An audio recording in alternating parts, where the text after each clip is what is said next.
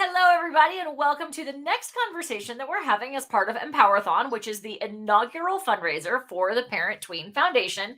And without making her sit there looking awkwardly at the camera, I'm just going to go straight ahead and say thank you, Michelle Porjes, for being with me today. Thank you for having me and inviting me. Absolutely. I'm excited because so many families navigate the challenges that we're about to talk about, aka executive functioning and managing stuff and time and information. And so I'm excited to jump in. But before we do that, for anyone who's tuning in, if you've never heard of Parent Tween Foundation, it's the nonprofit leg of the Parent Tween Connection, which is where parents go to find the help they need when they don't know where to go. So we bring in professionals like Michelle to say, hey, here are the types of people who can help you. And the Parent Tween Foundation's mission is to help bridge the financial gap that so frequently exists between families and the professionals who can help them. So thank you to Michelle for being one of our speakers to help get the word out about the foundation, and also to shamelessly ask listeners at the end to say thank you to Michelle by making a donation, but we'll get there. The last housekeeping tip is we are streaming live into our private Facebook group where you can ask questions as we chat if you'd like. Come on over to Parent Tween Connection. I do have it open on the other monitor so I can pay attention to questions. And then we are also live to our LinkedIn page and YouTube channel. So if you're joining us there, no matter when you're joining us, if you've got a question, you can pop it into the comments and I'll make sure to circle back with Michelle and make sure that we get your questions answered. So, Michelle. Yes. Executive functions. There are all these things that kind of contribute to adulting in a lot of ways, and that a lot of us never really learned how to do in the first place, either because we didn't have models for how to do them, or because we deal with some kind of neurodivergence like ADHD or, others that impact our ability to, organize things like stuff and time and information. So when you shared that this was something you wanted to talk about, I was like, yes, please. So where do we even start? Why is this such a thing for so many people? Well, thank you. Thank you. That's a great introduction. And I brought some props. So let's start with this with the brain. So executive functioning really is right here. It's kind of behind the frontal brain. And it's the spot where you're at your best self. You're doing your best thinking, problem solving, analyzing, for students preparing for tests, taking notes, for adults multitasking, right? Making sure, like I had a little issue here, the garden was locked out of the backyard. So making sure that the gate is unlocked and making sure the laundry is picked up and making sure dinner is prepped and homework is done. So multitasking is sort of a big piece over there. So the thing to understand first about executive functioning is it is brain-based. Some people have an easier time than others, but it's something that we can develop. So one of the adages that I go by is when in doubt, teach. When in doubt, teach. When in doubt, learn. And executive functioning is learnable skills. However, learning is only part of things. Learning information is certainly important, but then practicing it a lot and getting feedback and then persevering is sort of the other piece. So executive functioning is really kind of broken down into three pieces: managing time, managing stuff, and managing information. The interesting thing about this is the managing the information. So people will often talk about time management and they'll often talk about making lists or organizing whether something's a mess, but they don't think about executive functioning in terms of managing information beyond I've got to do 5 different things today. And that's a bit of a mistake, because when we manage information, we're thinking about how to best learn information, how to best understand information, most importantly, how to implement it, right? Or how to generalize it. Clearly, school skills, particularly for high school and middle school, but also for adulthood. Like we're constantly having to learn new things in our job, right? Your office switches over to a new tech program. You've got to learn that information. You've got to respond to an email and attach something, which requires you to change it from a doc to a PDF. So all of that information is important to be able to know and to be able to manage. Mm-hmm. And there's so many things, like I'm even thinking about, I have a summer intern program. I've got a couple of high school kiddos joining me, and things that as adults, we've learned, how to track information. Like one of my interns said to me today that she was commenting to her mom that she was like, I really need to like start writing myself reminders about where I need to be and when. Right. And I was like, yeah, absolutely. She does deal with a neurodivergence that, makes it a little more challenging. And so she's trying to figure out like what's a good way to do that for her, and then like we were meeting on Zoom and she's texted me going, hey, can you send me the link? And I'm like, yeah, sure. I'm happy to help you to do that. And here's how I can help you create a system Mm-hmm. so that you have it for next time. And we talked about like iCal or Google Cal. And so part of it is working with somebody like you, or at least somebody who's gone before, who can say like, oh, I deal with ADHD. And if you just told me you deal with ADHD and you're telling me that calendaring is a challenge, here's a tool that I found, but I am certainly not a master of organizing all the things like you are. No, I mean 100%. So I think let's take that example and let's extend it from executive functioning point of view. So I think you already named something. So number one, it's all about strategies and tools. Sometimes there's physical tools as simple as a highlighter, which I think gets underused. And sometimes there's strategies like take things and write things down on a whiteboard before you go ahead and start. But we got to go beyond that because there's a lot of people that are list makers. So I met with a lot of people and they're like, I have a list. It has 100 things on it. I'm very good. I did my list. I will do it later. I'm going to put it on my list. And that's only one part. That's only one part because one of the things that we're missing is the intersection of the list and the organization and time. So for instance, I would go back to that intern and I would say, let's have a plan. And here's the plan. The plan is, yes, you make your list of when, where, who, what, how, why, whatever. And you have a time where you preview, where you look ahead and you say, ooh, what do I need to do tomorrow? Okay, so you're previewing, you're seeing what's coming up. Part two, right? How do I integrate that with time? I'm using the list. So a lot of people make lists, they never use it. Number one. And then number two, we're all a little guilty of that. Even people that do it all the time are guilty of that. So the preview is number one, but number two is reviewing it, right? So basically time should go like this in terms of to-do lists. So you preview, you go through the day and you review it, right? So you say, what did I do? What went to plan? What didn't go to plan? What do I need to do tomorrow? So there's a constant circle of time. And the nice thing about doing something like this, as you get more advanced, it becomes like, okay, I didn't get to this. I'm going to put this on the list tomorrow. But here's another key. So for the people listening, this is free and please use this, is the idea that people make to-do lists the wrong way. In my opinion, if it works for you, it works for you. Somebody came all at me on one of my TikToks about structure and routine this summer. And I wrote a TikTok back, or I said a TikTok back saying, you do you. If it works for you, it doesn't work for you, I don't care. You're not my client or my kid. But here's a really good idea. When you make a to-do list, 5 items max. And what people will do is they're going to argue right away. No, that's nothing. I got to get it done. You just got more 5 assignments. Blah, blah, blah. The point is you're going for getting things done, completion rate over long list, right? So think about it this way. You got 100 things on the list. You go, wow, I did 5. I don't know. What's that percentage? Versus I got 5 things down the list and I knocked out 3. What's the percentage of that? So it's looking at the tool a different way. And that's kind of where I help people say, we don't use highlighters because we don't print anything. Well, yeah, then your highlighter stays in your desk, but maybe we got to find a way to use the highlighter. So let's tweak what we're doing. Hence, let's print out a study packet so you can use your highlighter. Things like that really kind of make a difference for people. So in true ADHD form, my brain is going in 1,000 directions and popping with all kinds of questions. And what I'm really going to try to do is use a strategy of, hey, there's a few points that you told me were really important. So we're going to follow that agenda for now. You had indicated, so you're saying that the lack of executive function is a brain-based issue, like the brain just isn't fully developed, and or even if the prefrontal cortex is developed, we still haven't developed these coping mechanisms, as it were, or these strategies and whatnot.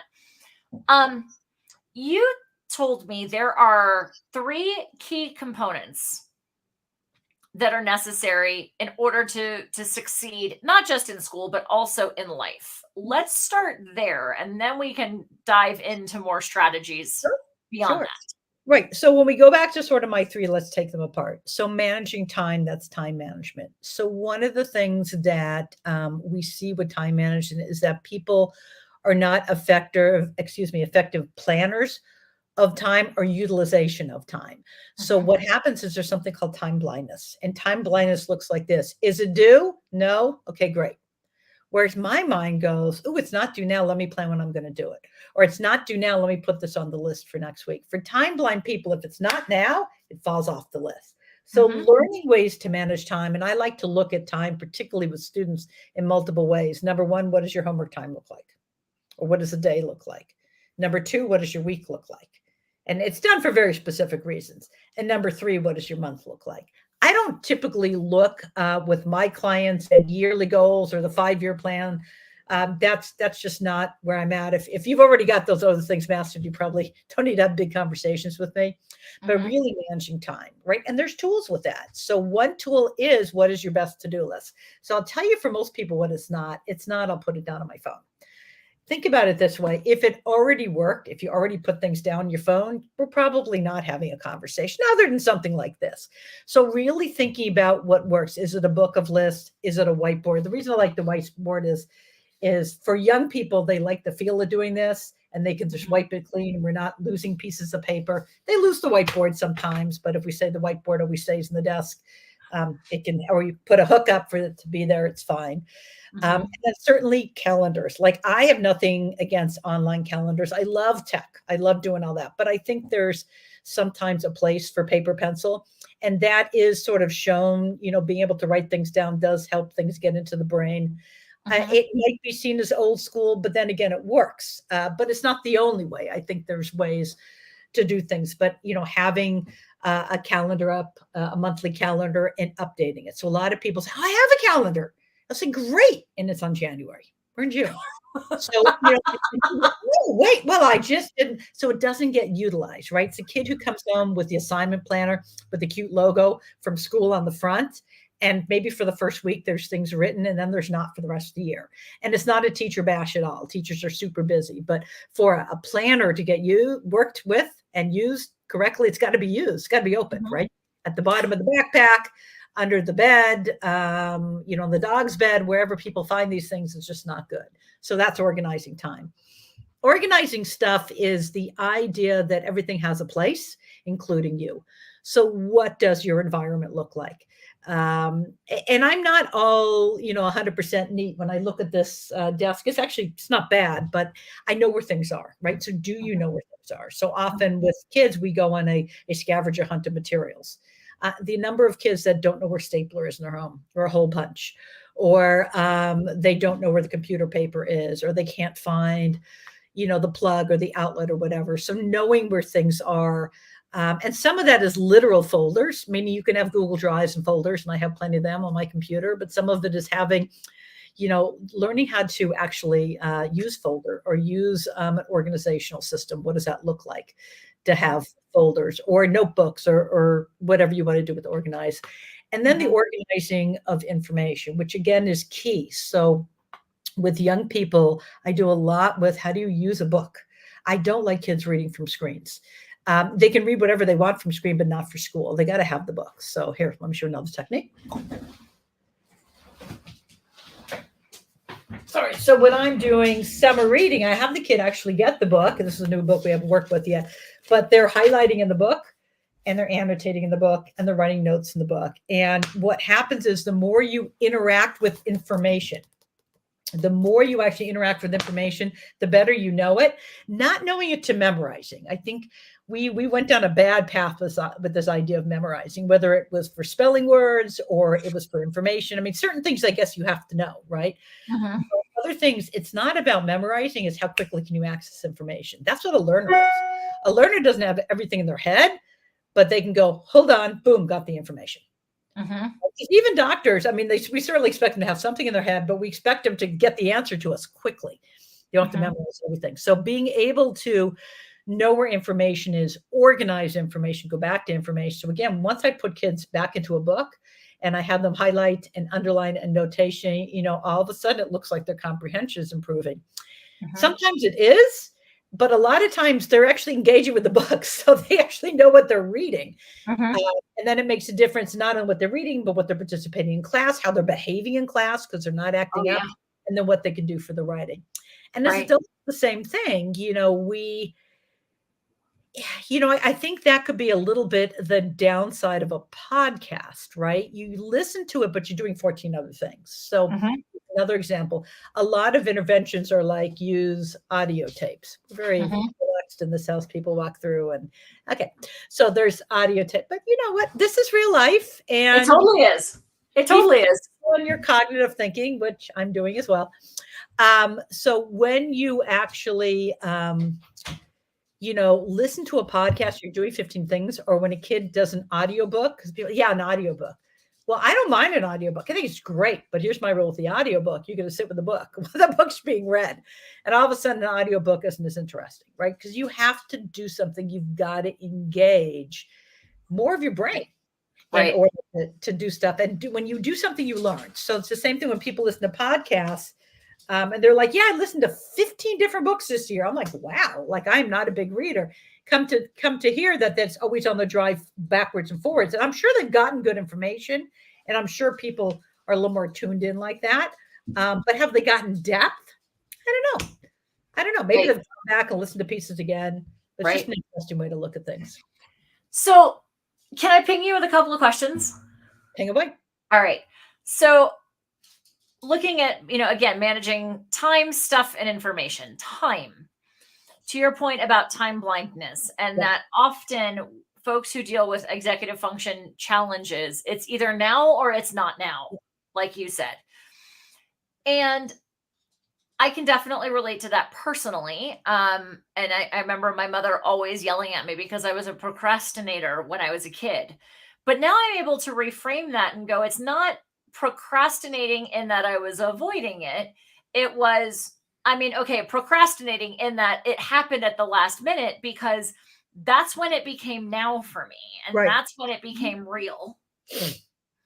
And even now, as a business owner, like I understand the fact that I need to do marketing planning and I need to do, as a business or as an adult, maybe meal planning, Mhm. which is an utter and complete foreign concept to me. Like Mhm.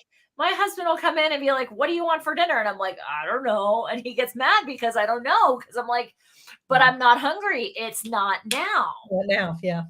Right?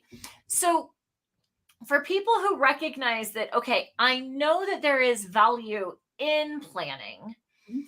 one of the challenges that I long faced is like, I don't know how long this is going to take me. So, how can I plan when to do it? Because I honestly, especially in high school, like I didn't know whether an assignment was going to take me 30 minutes or 2 hours, Mhm. which is why I was up until 4 o'clock in the morning the night before it was due, right? So, like, how can I learn? And I say I like the ubiquitous I, everybody who can relate to me. How can I learn to plan when I don't know how long to allocate or like what to plan? Where do I even start with that? Well, I think you started at step one, and I just actually made a little thing on this the other day, which is noticing and naming things. And I think a lot of people don't even notice, right? So, can you even notice that you use time well or not? And can you name it in the moment? Like, ooh, I'm 15 minutes late. I had time blindness. I didn't think about that there could be traffic. I didn't think about, like you said, the Mhm. rains or something like that. So noticing and naming, I think, are part of it. The other part of it, and I often will say to kids, "What's your plan?" Now, I'm not naive. It doesn't matter what they tell me. I know they're going to do whatever they want. But we start with, "Are you even thinking about a plan?" Mhm. And a lot of people don't. A lot of people, Mhm. I'm going to get that done. What's the plan? I'll just get it done. Mhm. Or when I hear things, certain catch, like I haven't started it yet. I haven't gotten around to it yet. Something's more priority. That's a real sneaky word, priority. Mhm. Um, you can get into the word there. It's kind of a trick. So I think with time, part of it is how does time even look to you? How do you even know how your day looks? Do you Mhm. just wing it or do you have times? How long can you even sit for? I think people don't look at time. It passes. Time passes quickly. We know that, but can you even feel it? So sometimes with people I start out with, do you even know what 5 minutes feels like? Like, what does it feel like? And usually people are off. It's too slow or it's too fast. What does half an hour feel like? What's an hour feel like? So until you feel that, and it's hard, right? I can imagine it's a skill that I have, but I can imagine for other people, they can't feel it. Just like for certain things, I can't feel. I don't see things in numbers, and I can't feel numbers the way other people do. So Well, that's another thing. and there's also the aspect that, like, and I'm saying ADHD because so often that's the situation in which executive functioning comes up as the topic, right? Is that if someone with ADHD gets in their flow and they're hyper focused and Right. they're in that good space, well, good, that productive space, like where they're actually making forward progress on something, an hour feels very different Right. Correct. than when they're not in that flow state. 100%. And that's often with parents. They'll say you can't have ADHD because you can sit for Legos for 3 hours, or you can play these video games for 3 hours. And they're missing the point, right? It's that hyper focus versus not hyper focus. One of the things to start with is people, again, you're not planning. So let's say you just want to lay out the podcast for the month. And if you dive into the work, I don't think that's the place to start. I think the place to start is, what is it I want to accomplish? What do I want to accomplish with this task? And sometimes that takes thought. Well, I want to get these 10 people scheduled. I want to have a whole calendar of it. And I want to send out reminders. Or there's 3 or 4 tasks, right? So what do I want to accomplish today? And already it's not going to be perfect, but it's going to be better. So the procrastinator, and there's all these different kinds of levels of procrastination. They start with, I didn't think it would take so long because you didn't touch it for 29 days. You touched on day 30 and it's due on day 31. So, the first time I have compassion, the second and third time where I'm making a schedule and you're not following through, my compassion is going down. And it's not because I don't care, but when people, get coaching, coaches' desire is to go push forward. Same thing as a runner. Your running coach is not going to go, it's okay, just do what you want. Strat, don't strat. They're going to be go.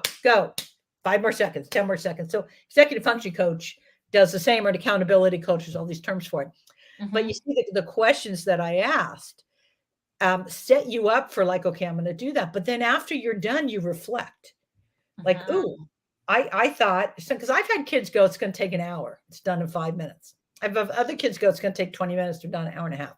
So their estimation is off, right? Estimating time is not easy.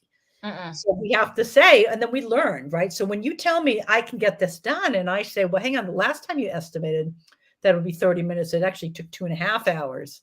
So let's go with that. So one of the things I often tell people, and I don't have the data for this, so I don't want to yell at me, is add on 50%. If you think something's going to be an hour, add on 50%. Now, you might find that actually you overestimate. So if you think every takes an hour, takes 30 minutes, cut it in half, see where you're at. But you've got to get a point. So I had a student that just very meticulous, straight A student. He was wonderful, very creative mind, animation, and all that kind of stuff. But he was never on task with the estimation. So we just started to add plus 50% to everything. And it was closer. So you have to really look at not just the outcome, but the process. And I think that's times we forget to do that, right? It's not just I got to get done, but what is my process? Because your process needs to become yours. So I even say to people, at the beginning, you kind of need to do it my way. But then, yes, you need to come up with a process that works for you. And I tell people who I train to be an executive function coach, first learn, first do, analyze, and then go ahead. It's problem solving mode, right? Then go ahead, set it up any way that works for you. I don't own that. If it works for you to make the to-do list on the Post-it, fine. If it then works for you to go to using your little notes form on your phone and things are going well, go for it. Just don't repeat, because what happens is that definition of insanity, repeating things the same way. Like, people will say, but I have a system. And when I'm in my mood, I'll say, how's that working for you?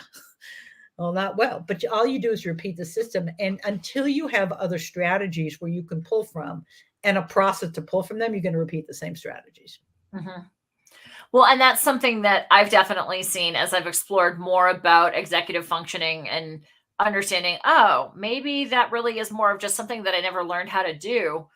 And therefore it is a learnable skill. I think that's the Mhm. biggest takeaway for us, right? Is that it's not like your kid is not doomed to a life of disorganization. It's just that it's not important in their world yet to learn these skills, and it's not coming naturally. Like, they will get there. They will learn to clean the dishes. They will learn to put the socks away.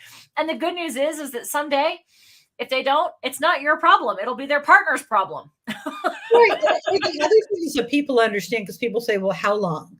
Or I had a conversation. You got an A in the test. Great. Yeah, but I had to sit with him. Like, he's 11 years old. You're gonna have to sit with him a while longer. Like, people want instantaneous results, and that Mhm. doesn't happen. Right. And it takes a long time. And the truth is, if I'm being honest, most people, most children and teens turn into adults that are pretty similar along the way, but we learn how to cope and we learn how to adjust. Hmm. So, it's not like you're going to be perfect with time later on. You might be late, but now you're aware of it, Right. right? Or maybe you needed to get through school and you're late, but now you have a system that works, right? You have an administrative assistant that's helping to keep you in check. So Hmm. learn kind of what works for you. Remember, life and development never stops. Right. So, I see adults, a lot of people in the entertainment industry, nobody really famous that I know, but the people behind, they're brilliant, they're creative, they're Mhm. everything, but their biggest thing is, how do I balance? And with that kid who's showing all this ADD and executive function, that was me. And how do I help Mhm. them? And how do I go on location to Australia, but I still got to connect with my kid, and those kinds of things. So I see that in adults as well. Sure. These are hardworking, successful people, so it doesn't need to keep from the success. But going back to a point earlier, I want to say that I'm not sure executive functioning is taught in schools.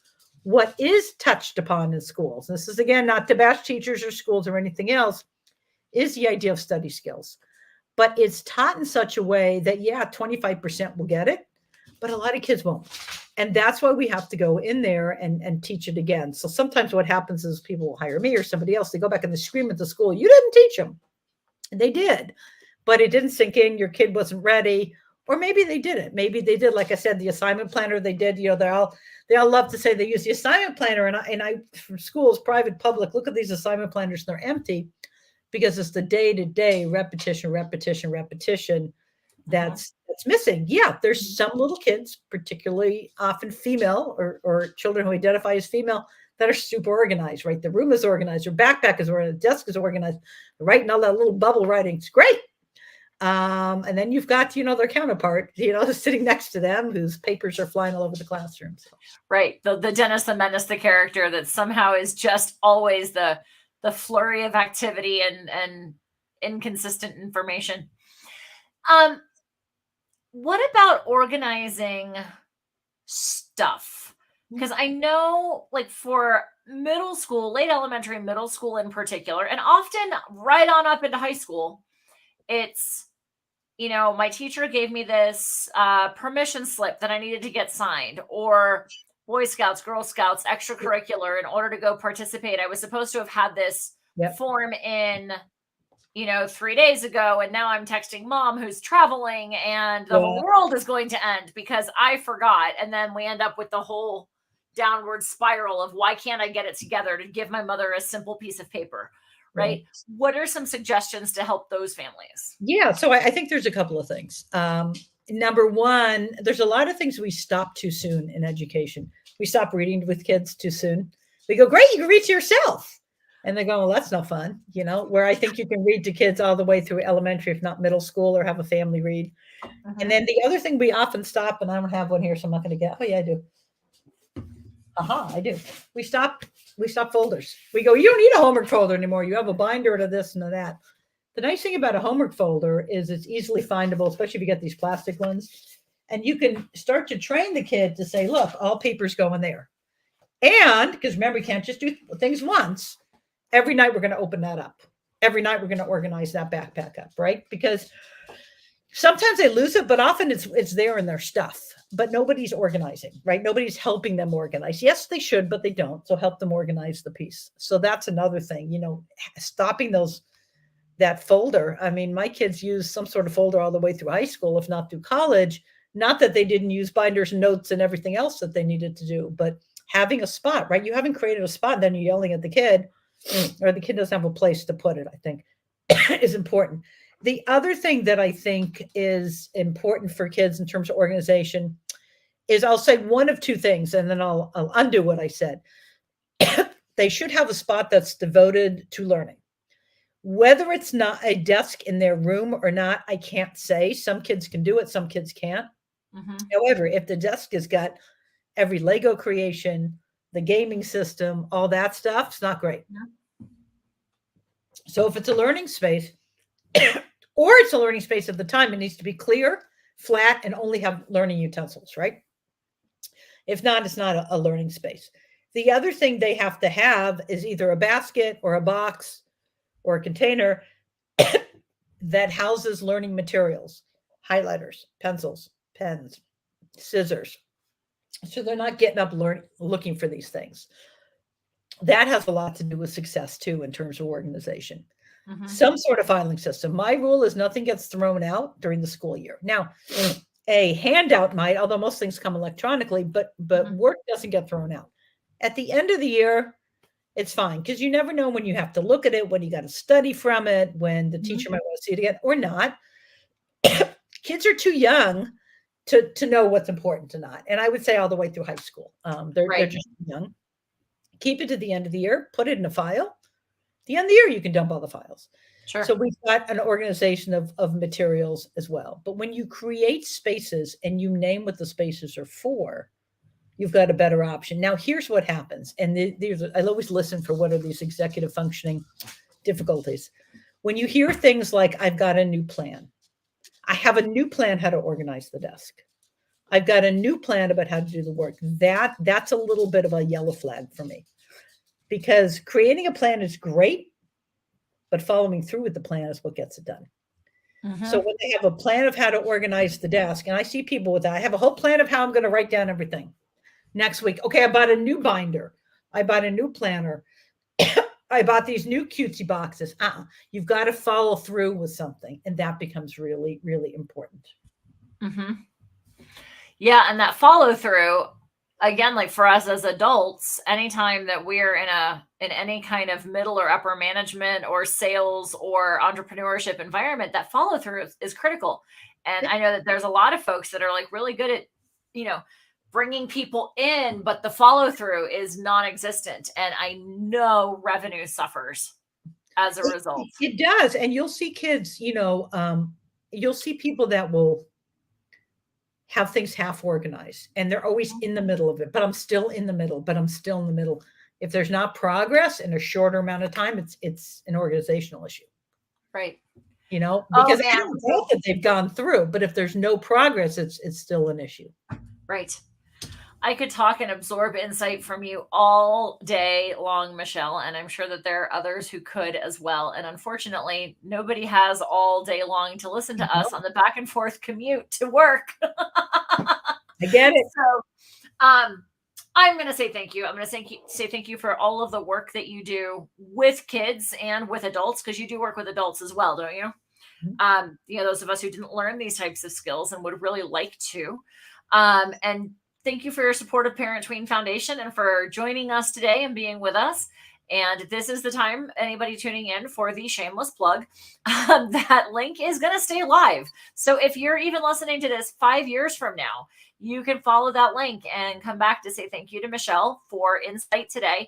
You can also check in the description, whether you're in our Facebook group, on our YouTube channel, or our LinkedIn page. In the description of this conversation is the link to everywhere that Michelle is. I believe we've got your website up, Michelle, and your Instagram. So you can find Michelle in both of those places and find her from there, find her anywhere else that she is tomorrow or 5 years from now from those places. So Michelle, thank you very much. And I know we'll be talking again, and I appreciate having you with me. Well, thank you so much for having me on. Absolutely. Have a great day, everybody. Bye-bye.